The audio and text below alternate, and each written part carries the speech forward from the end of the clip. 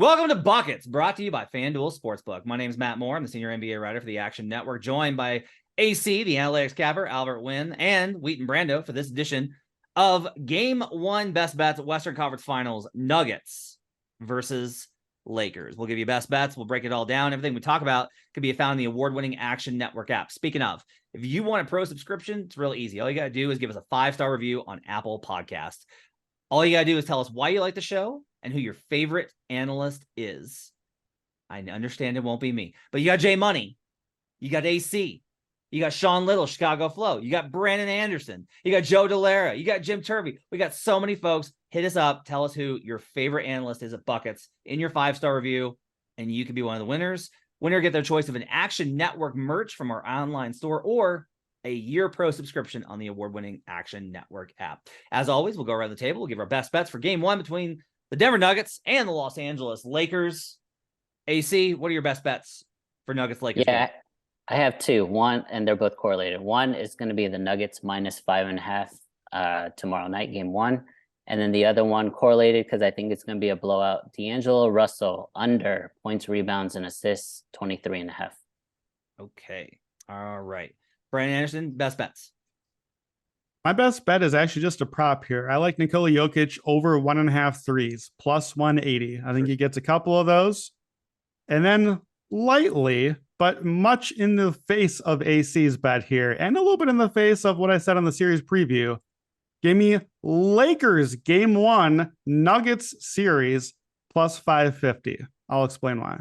Oof, boy. Okay. I like the over 222.5 in this game. I will probably wind up playing a light bet on Nuggets minus. This is going to go to 6, by the way. This is minus 5.5, minus 112 at FanDuel. I think the sharps are probably going to come in on Denver late, and I'm still kind of deciding where I'm going to be at on the number. Probably going to be on the Nuggets because I think they win Game 1. So if they win, and I don't know if you know this, Brandon, but teams that win, favorites that win cover in the NBA playoffs this year. Unless you are the Miami Heat in Game 6 versus the Knicks, that hurt very badly. AC, why do you like the Nuggets here minus 5.5?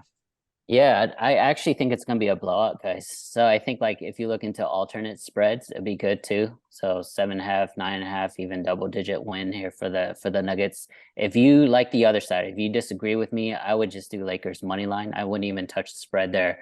But the reason why I like the Nuggets, they're more rested. They're at home. They have the best home court advantage in the West. This is a completely different team compared to the Warriors that the Lakers are going to face. Steph Curry is great, arguably top 10, top 15. Brandon and I will go back and forth on that.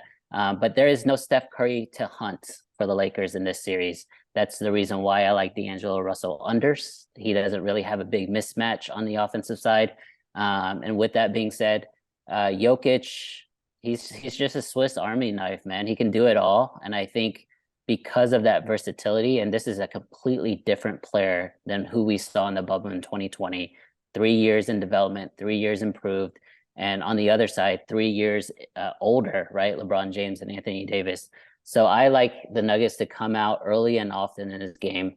But after this game, I do think there'll be potential spots for the Lakers. But for this game in a vacuum, I like Nuggets minus 5.5, and I like Russell to be sitting for most of the second half. The Russell thing is really fascinating. The Warriors couldn't play him off the floor. I was stunned at that. Brandon, there is no greater indication of the fall of the Warriors than they could not play D'Angelo Russell off the court. Like, he gets ripped apart in any other year of the Warriors dynasty. The Nuggets are gonna dress. So what they're gonna do, I imagine, is they're gonna put Russell on KCP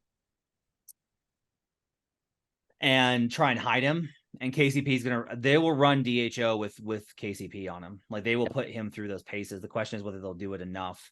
They'll run a little bit of they'll try some guard switches to try and get D'Lo on Jamal Murray. I don't know if the Lakers will switch it. They will probably try and reject that switch and try and fight through it. So that's going to be a battle. I do agree with you by the end of the series. I think Dennis Schroeder is going to be playing more. I actually wouldn't be surprised if Dennis Schroeder starts by the end of the series. It'll be very interesting. Look, the other thing here though is, can the Nuggets play D'Angelo Russell the way they did Devin Booker and Kevin Durant, playing him at the level of the screen? if D'Lo passes that out to Anthony Davis, that's entirely different than passing to DeAndre Ayton or Jock Landale, right? So you can't do that, which means you got to bring help, which means you got LeBron James probably open on the other side, or it's Rui or whoever. Like these dynamics in game one, I think are going to be really important. So I'm not sure that I want Russell now. I want to see how this works out. I definitely will be looking. Game one is going to be very, I think, illustrative of who can and cannot play in this series. And I'll be very curious to see who that is for both sides, especially because Denver has stuck to a very tight rotation. And the Lakers are very much like, no, it's basically LeBron and AD, and then we'll play whoever else. Malik Beasley, Mo Bamba, Chris Kaman, or some other terrible Lonzo Ball. We'll play whoever. Brandon, I'm very curious to hear your cap on this. Give me your best bets for game one. So I think the value is on the Lakers here in game one specifically. You can listen to our series preview about my concerns here, but let me just to kind of recap. My concerns for the Nuggets are especially this particular game one spot. I think home court is really important in this series. I think the longer the series goes, the more important it becomes. The longer the series it goes, the more I like Denver, more chances to solve this defense. And I trust Nikola Jokic to solve any defense that he could come up with. And I think he will over time. But right now, they just spent the last month playing the Phoenix Suns and the Minnesota Timberwolves. And playing these Lakers and this defense is just going to be a different animal entirely. And I have bet against LeBron in game one each of the last two series, and LeBron won both of those times. I believe he is now, if I remember right, I should have wrote this down. I think LeBron is now 4-14 in road game ones for his playoff career. But 2-0 of that is this season. And I don't think that the Lakers, I'm not betting the Lakers to win here necessarily. I'm doing the correlated thing because I think this is a different version of LeBron and of the Lakers. They got the rest factor right now. And I know that Denver has rest as well, but the Lakers will never be as rested or as ready to put a huge effort in as they are in this game one. It's every 2 days, all the rest of the way after that. And we saw both the last two series, not the early let's feel it out LeBron thing that we've seen for literally 2 decades that he's done in these road game ones. Instead, it's aggression. It's like a 6-man rotation playing 40, 45 minutes for all the key guys. It's go for the kill. We're in this, punch them in the mouth, hit them with physicality. And I think that could take Denver a little bit of time to adjust from the Phoenix, no defense, to the Minnesota, go Bears. This is a different thing altogether. And I think it's going to take some time to adjust to that. It's like Dennis Schroeder just being up on you and just like pushing you off the spot a little bit. And Davis and LeBron just kind of getting the little elbow in and getting you shoved off the spot. It's a different thing. I think it's going to take some time. I kind of want to bet Lakers first quarter is plus 134. It kind of just flows into that same mentality of just, it's the Western Conference Finals. We still got to do this thing here. So I think the value is on the plus 5.5 for the Lakers. That's where I started here. But as we all know, Matt, you don't just pick the plus 5.5. You have to pick the team to win. That's the stat that we have this postseason. So if the Lakers win, then what happens? So I thought the answer was going to be Lakers game one, Lakers series. I still like the Nuggets pretty well in that spot. My numbers still have Denver 46% to win the series, even if the Lakers go up game one here, which is better than I thought it would be. So combined, I put Lakers game one, Nuggets series around 18-19%. At plus 550, I'm getting implied 15%. So that's a real edge. That doesn't seem like much, but when the numbers are that low, like that's a pretty serious edge in my favor. I just feel like the Lakers are going to exert that physicality early. If they don't do this game one or don't get that advantage early, I think the series goes short and I may pivot quickly. I will feel really good about Denver's chances if they get this game one, but I don't, because I worry about the game one spot. I looked at some books, you can bet Denver to win the series from behind. That means at any point in the series, they trail but still win, plus 350. That would be another version of this. They go down 0-1. They go down 2-1. Lakers split one of the first two and get home game 3. I think those are in play as well. AC, I think you should be betting Warriors game one, or sorry, still with the Warriors. I got to get past the Warriors. AC, I think you should be betting Poor Nuggets game guy. one, Nuggets series as another alternate version of your bet. You love them in game one, you like them in the series. That's plus 115. Why isn't this your bet? Yeah, that most likely would be my bet. I just never bet those type of spots. I'm really just game by game. Even betting the Okay. series is out of norm for me. But you're right. I love the Nuggets in game one, and I'm on the Nuggets in the series, so that correlation there makes sense to me. Cool. And again, I think you mentioned the physicality part of the series, and we don't need to get off tangent here, but to me, Denver is more physical. Denver is bigger. Denver is younger and more athletic. I don't know, guys. I think Denver, if they were to win this series, and I think the three of us agree, I think it's going to be a shorter series than people expect. We'll see. I have two things here. One, Matt Mitchell's Nito stat of the year. Teams that have covered as a dog this postseason are 23-7 straight up. That's 77%. It's slowly dipping, but 77% still. Teams that are favored and won have covered 42-7-1, 86% of the time. So 76 and 86% of the time. Brandon, here's why I don't like the Lakers and the Nuggets. Okay. The Nuggets are a bad road team. They were a bad road team all year. They were sub 500.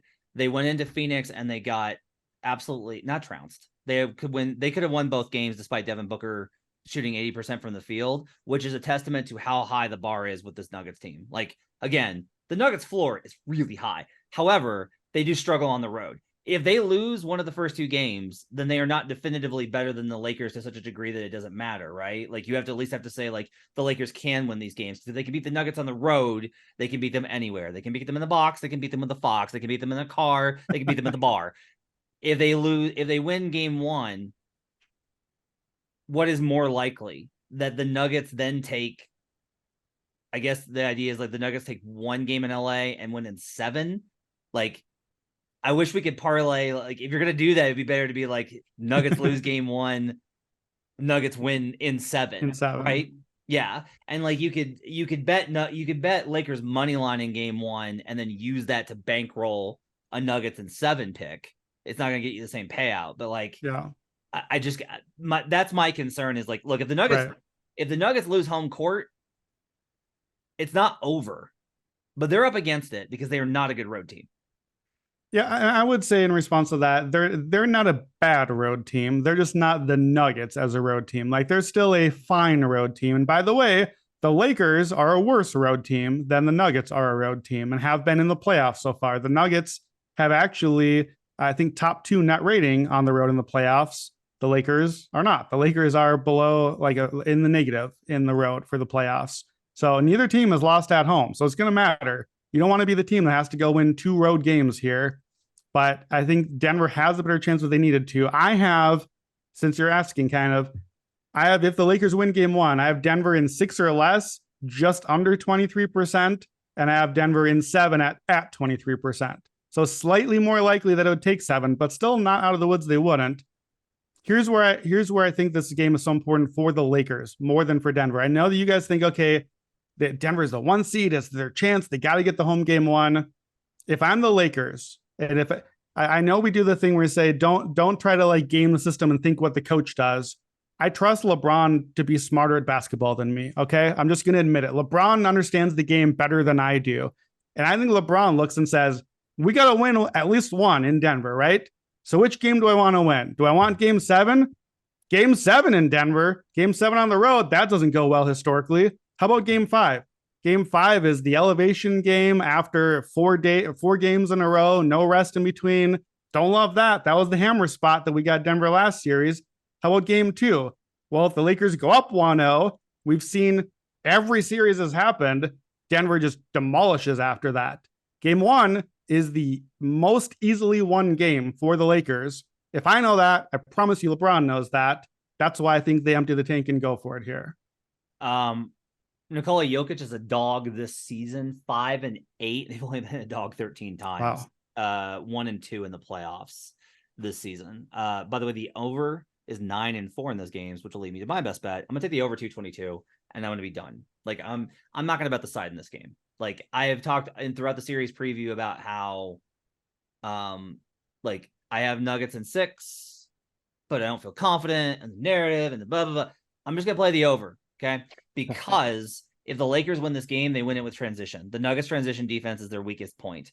Brandon talked about in the series preview about the 4-factor stuff. The Nuggets have a high turnover rate. They've kept it low in these playoffs. If the Lakers win, it's because they got away from that. They turn the ball over and LeBron James shoved the ball down their throat, and they will push pace. The Lakers have to push pace because the Lakers have to get their offensive floor up.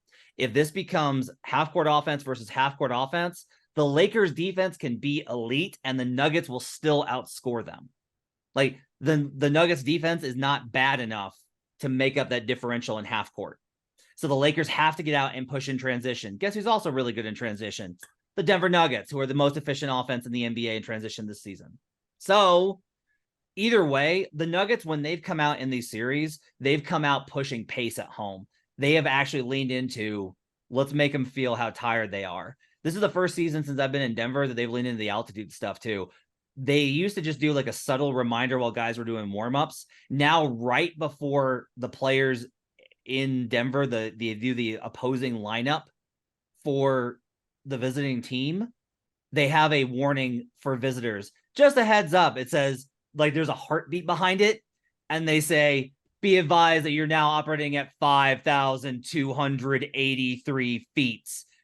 That people can experience loss of, shortness of breath, dizziness. Like it does this entire altitude warning. And then immediately Kyle, the PA announcer, says, now let's welcome the visiting team from 200 feet above sea level, the Los Angeles, like just as a reminder of where you are.